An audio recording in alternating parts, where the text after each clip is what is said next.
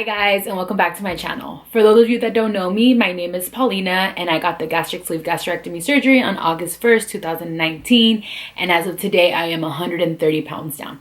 On this specific video, I'm going to be talking about ways that I manage stress since weight loss surgery. Right now, there's a lot going on. It is Friday, March 27th.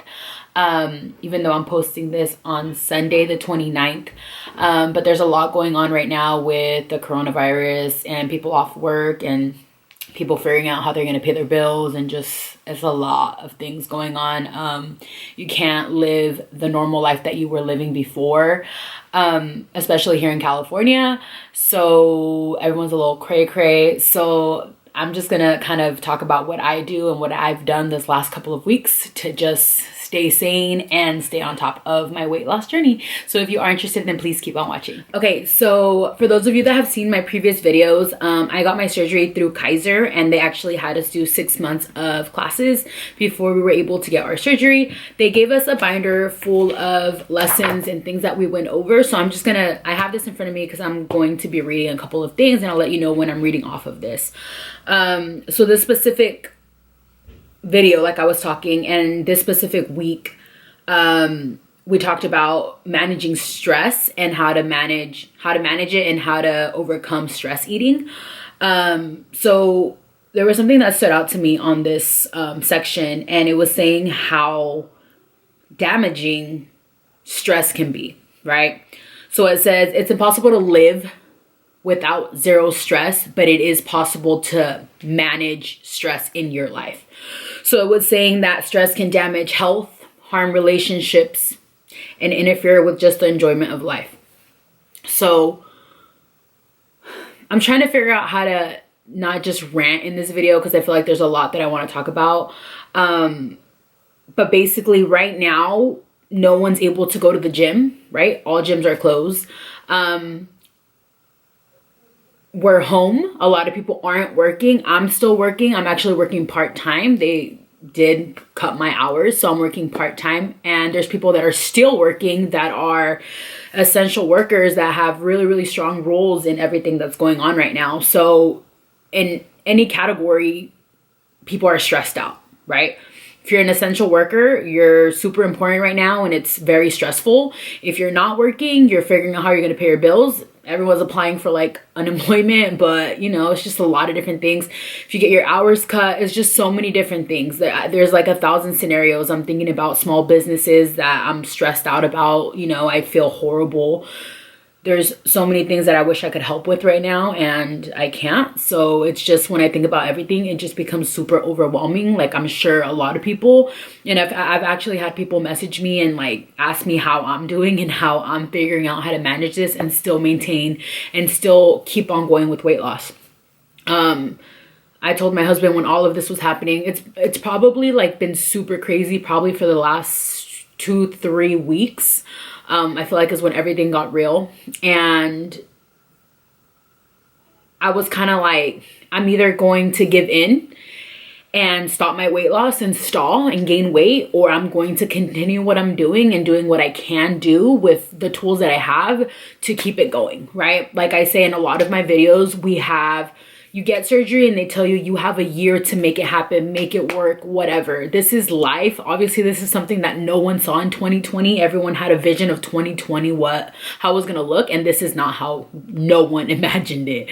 I saw a funny quote the other day that said, or a meme or whatever, and it was like, this was not on my 2020 vision board, and I was dying laughing because everyone was so excited about a new decade, and this decade has just been this decade.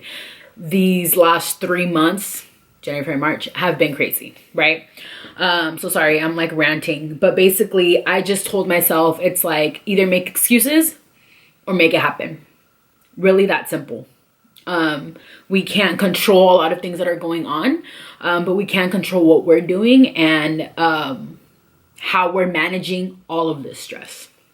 Okay, so that was just like kind of a little intro. There's a checklist, which I thought was really helpful, and in our class we really got open about it. And so there's a couple of different things, changes in behavior. So when you're stressed out, people oversleep or sleep too little. overeat or binge, right? Or not eat enough. Also, that's also another thing. People start drinking, and having a sense of like getting away, right? So let's just start with like oversleeping or not sleeping enough. What I've been doing personally, I sleep a lot. I sleep at least 8 hours. If I get 6, I'll be all right. But if I get less than 6, I don't. I'm not all right. But basically, I'm going to sleep at the same time regardless of my hours being cut. I notice that I'm not as tired. I go to sleep around 10 p.m. and then, you know, wake up, whatever, maybe like 7. I don't know. Yeah, that's kind of what I've been doing. That's what I've been doing with sleeping, right? Sleeping is such a major part of this journey. And if you don't sleep enough, weight can stall, right? Overeating and binging. So of course it's super easy. So I've noticed now I'm almost 8 months post-op. I can snack all day long. Literally, I could probably snack every 10 minutes if I wanted to. Because our thing is we can't eat a lot, but snacking is not a problem for me. Like, I can get a handful of something and keep eating. And then if you add up all the calories in a day, you're like, oh crap, like I reached a large amount of calories. So what I've been doing, and I've actually been doing this since I got surgery, is I have timers every 3 hours on when I'm eating. So that's my breakfast, snack, lunch, snack, dinner, and then sometimes I have that third snack. Not gonna lie, this last week I've probably added another snack, or I've just like grabbed a handful of pistachios or whatever, which obviously is something that I don't want to continue doing, even though I am still losing weight. But still, is setting those timers really helped me during this time, to not overeat. Because obviously if you're like me before weight loss surgery, and even now, and I feel like I'm always going to have a food addiction, is running to food. When I'm stressed out, when I'm happy, when I'm sad, when I'm excited, every single emotion led me to food. And that's something that I'm trying to break away from, and I have broken away from for 8 months. But I hear of people passing the year mark and going back to that, and I do not want that to happen. So it's just like setting a routine, I feel, has helped me really stay on track during this time. Excessive drinking to relax, right? That's something that a lot of people do during this time. And it's crazy that actually pops up, because I actually had my first drink a couple of days ago. It's my first drink since post-op, which I hate to admit, because my doctor says to wait at least 12 months. I know people do it 6 months, 4 months, whatever, but I really wanted to wait. But honestly, it was fine, but it's absolutely not a habit that I want to do. I did vitamin water, the zero kind. And then I forgot what I put. Sorry, someone's calling me. What was it? Vodka, I think it was. I did like 1 shot and I didn't even finish it. Because I'm not a big drinker anyways, I just did it. And honestly, I think it was because my husband and my sister-in-law were drinking, and it was very stressful, and I was like, whatever, you know. But I didn't even finish it, like I said. And again, it's not a habit that I want to get into, because I don't want to do anything that's going to stall my weight loss. Nothing. I don't feel like anything's worth it to stall my weight loss. What else? So then that was just like changes in behavior, right? So then we go down to changes in thoughts, is what the next thing was that we would talk about in our class. So it was like, when you're stressed, you can have a hard time focusing, concentrating, remembering things, thinking positive, and obsessing over things. So obviously right now, with everything going on, it's very easy to obsess of what's going to happen tomorrow. Every single day we wake up right now and it's something completely different. Something's changing. You know, things, I know for the last week, things were shutting down like slowly, like every day something was shutting down, to the point where now like everything's shut down except, you know, restaurants and hospitals and things like that. You have to go pick up your food. You can't even go and sit in there. I think there's like 1 Starbucks open. I waited in line for like 20 minutes to get my Starbucks, which is like, it sounds stupid, but my point is that everything's closed.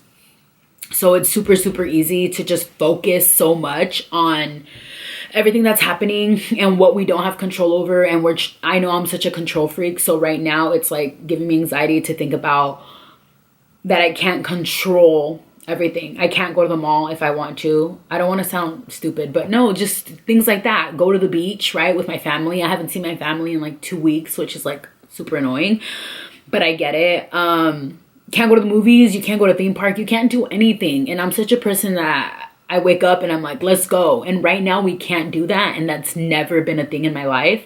So it's like just trying to deal with that and overthink. And it just leads to stress. Like it really, really, really does. And just think, it's really hard to think positive. I'm such a positive person, but I have to call my best friend sometimes and be like, dude, talk to me, because my best friend is on a whole other level of being positive. So every time I call her, she literally gets me back to being positive. She gets me back to like where I need to be to continue, because sometimes I'm like, dude, like all of this is so much. And I don't know why I'm getting emotional, but I've gotten emotional in like 3 of my videos. But anyways, thinking positive thoughts. And I think with me, it's like right now I don't see the light at the end of the tunnel with all of this. So it's kind of like, we don't know when it's going to get better, you know, like all the schools are closed and they say, you know, first they said April 6th, now April 30th, and now they don't even know. So it's just like, I think that gives me anxiety, and it's hard to think positive because I'm like, wait, how long is this going to continue, you know? But instead of that, I've been trying to focus on, it's going to happen. We're going to be okay. And, you know, and I'm just thankful that I have a house to live in during this time. I have food. I'm warm. I have clothes. I'm with my husband and my sister-in-law right now. She's staying with us for a couple of weeks. So it's just really thinking of what we have instead of what we don't have, which it's easy to forget. It really, really is. Because like I said, I'm a person that I just want to like wake up and I'm like, let's go on an adventure. And right now it's at a halt. So yeah, which leads me to changes in feelings and emotions. So there's a list of things that on here, it's like a checklist, and I'm going to read the ones that I feel like my emotions and feelings are kind of out of whack when I'm stressed. And I think it's feeling anxious.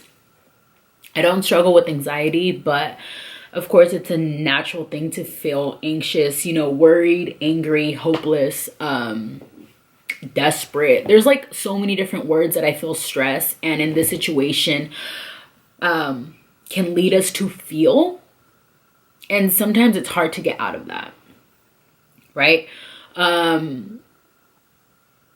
Like I said, I have my husband and I have my sister-in-law living with me. So I snap out of it really quick. I'm kind of always with someone.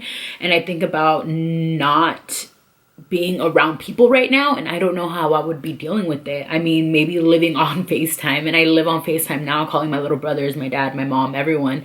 Because it's just like, I need to make it feel normal. And I just feel like emotions and feelings, it's like a temporary thing. And that's what I always try to remind myself is like, I posted it on Facebook the other day. I think I put, hold on, let me read it. I have allergies, okay? I'm not sick.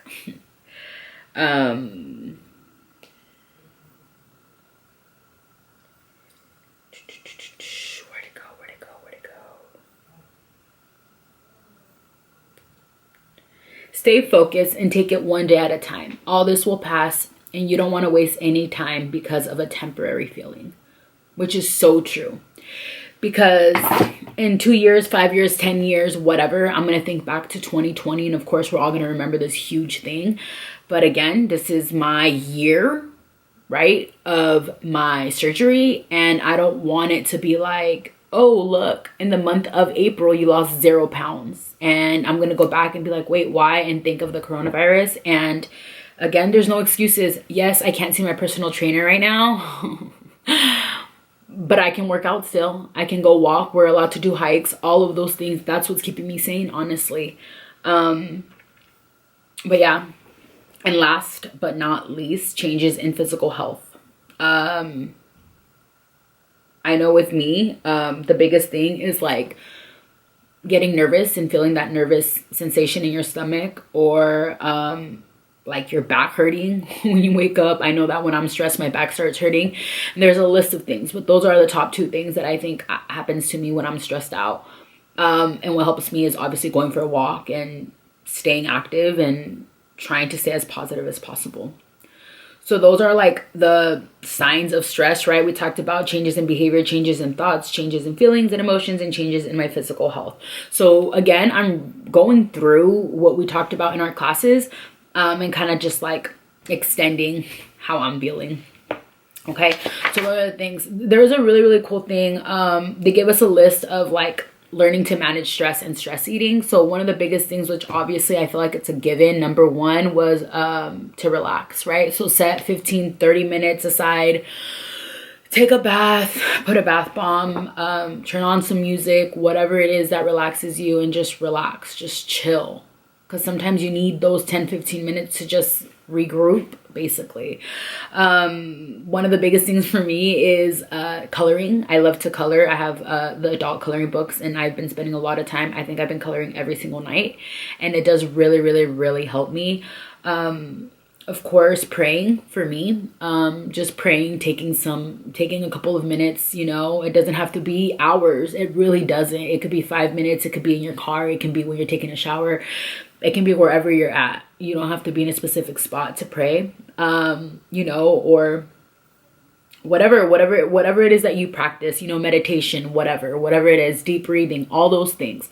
But for me, definitely is praying. That's what keeps me sane, because I know that God has all of this under control, and it's going to be okay. It is.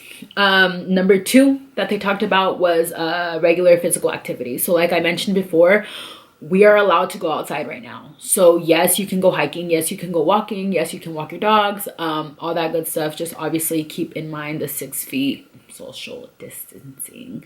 I've still been going on hikes, but you know, the trails and stuff are still open, thank God.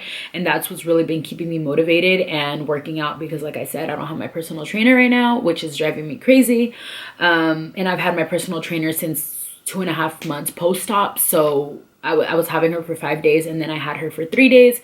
So now that I don't have her, I'm still making sure, you know, I have my husband and my sister-in-law to hold me accountable, at least taking a walk every single day. And it's crazy because this last week I lost 4 pounds, which I haven't seen a 4-pound weight loss in a long time. And I didn't think I was going to see that because I feel like I've been super stressed out. I haven't been overeating, but definitely stressed out. So still putting in those 30 minutes to an hour every day, or Monday through Friday, of exercising. Don't just give in and say, you know, whatever, because the gyms aren't open or whatever. There's no excuses during this time at all. Number 3 is eating healthier. So obviously it's crazy because I've been going to the store, you know, there's a lot of things that are out. But I was laughing with my sister-in-law and my husband that all of the expensive healthy food is in stock. Protein shakes, protein bars, everything is in stock. So I haven't struggled with that. I've still stayed on the same diet since forever ago. So I haven't had a hard time. The only things that I can't find, my leg's asleep. The only things that I can't find is like bread and tortillas. The other day I did find tortillas. But yeah, just eating healthier, obviously.